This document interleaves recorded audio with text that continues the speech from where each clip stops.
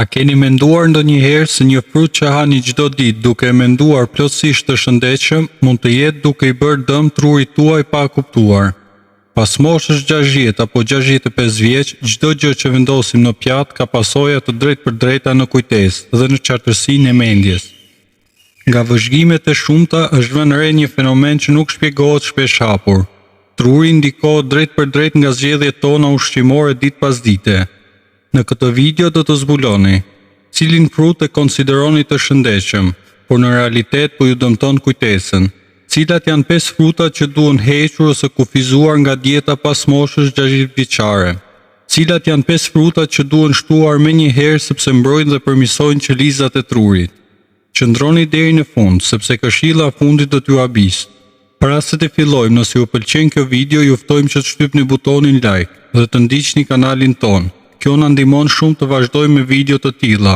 Fruti i mirë që në fakt po ju dëmton, le ta themi hapur. Rrushi konsiderohet nga shumica si një zgjedhje e shkëlqyer. Është i lehtë për t'u ngrënë, i ëmbël dhe natyral, por kjo ëmbëlsi e tepruar është pikërisht problemi. Rrushi ka një përmbajtje shumë të lartë sheqeri që hyn në gjak pothuajse menjëherë, sepse nuk ka fibra të mjaftueshme për të ngadalësuar këtë proces. Tek një person i ri trupi e përballon lehtësisht këtë ngarkesë, por tek një person mbi 60 vjeç përpunimi i sheqerit është më i ngadalshëm. Qarkullimi i gjakut në tru ndryshon, dhe qelizat e trurit janë më të ndjeshme ndaj luhatjeve të papritura të sheqerit. Çdo herë që hahet një sasi e madhe rrushi, truri përjeton një rritje të shpejtë energjie, e cila ndiqet menjëherë nga një rënje e fortë. Kur kjo gjë përsëritet çdo ditë për vite me radhë, ajo sjell lodhje të trurit dhe vështirësi në përqendrim. Shumë njerëz që kanë paksuar rrushin raportojnë se ndihen më të kthjellët në kokë pas vetëm pak javësh. Pse mënyra se si hani është më e rëndësishme se vetë ushqimi? Truri nuk funksionon mirë me ushqime që hahen pa vëmendje. Pjesa më e madhe e njerëzve han fruta automatikisht sa herë që kalojnë pranë kuzhinës, pa pyetur veten, apo jep trupit diçka që ndihmon apo diçka që po mbi ngarkon. Kur filloni të zgjidhni me kujdes se çfarë hani, sa hani dhe në çfarë ore të ditës, ndryshimet vijnë shpejt. Kujdesa momentit përmirësohet. Ndjenja e përgjumës dhe e mjegullimit të trurit zvogëlohet. Energjia qëndron e njëjtë gjatë gjithë ditës. Nuk është nevoja për dieta të vështira. Mjafton të hani një frut me fibra në mëngjes në vend të një fruti shumë të ëmbël që u shkakton lodhje dhe gjumë pasdite.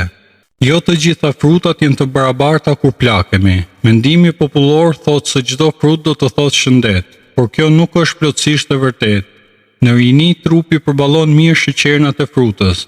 Me kalimin e kohës, çdo rritje e sheqerit në gjak bëhet më e dëmshme. Ajo lodh dhenët e gjakut dhe ul furnizimin me oksigjen në tru, gjë që rrit rrezikun për humbjen e kujtesës. Gjithashtu shumë fruta që blehen sot janë rritur për të qenë shumë më të ëmbla dhe më pak fibra se ato të disa dekadave më parë. Prandaj, dallimi mes një fruti të freskët dhe një fruti shumë të pjekur apo të përpunuar është shumë më i madh pas një moshe të caktuar. 5 fruta që duhen shmangur ose kufizuar pas moshës 60 vjeçare.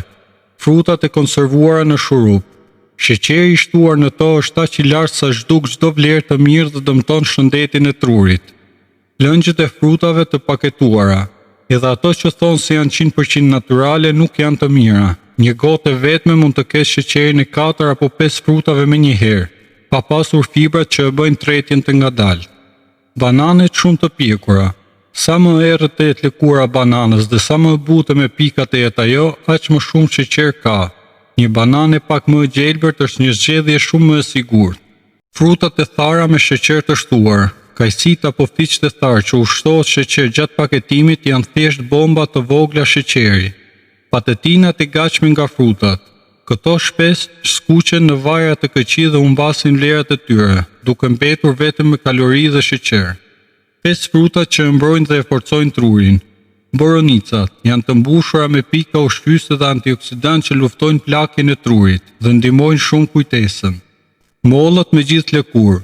Lëkura e mollës përmban element të fuqishëm që mbrojnë qelizën e trurit nga dëmtimet e moshës.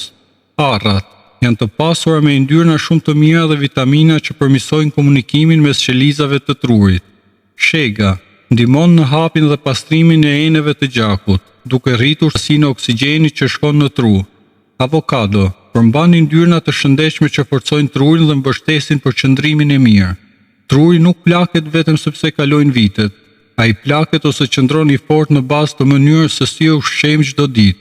Dallimi mes një fruti të keq dhe një fruti të freskët e të zgjedhur me zgjuarsi duket i vogël në momentin që e ham, por me kalimin e viteve ky dallim bëhet vendimtar për shëndetin tonë.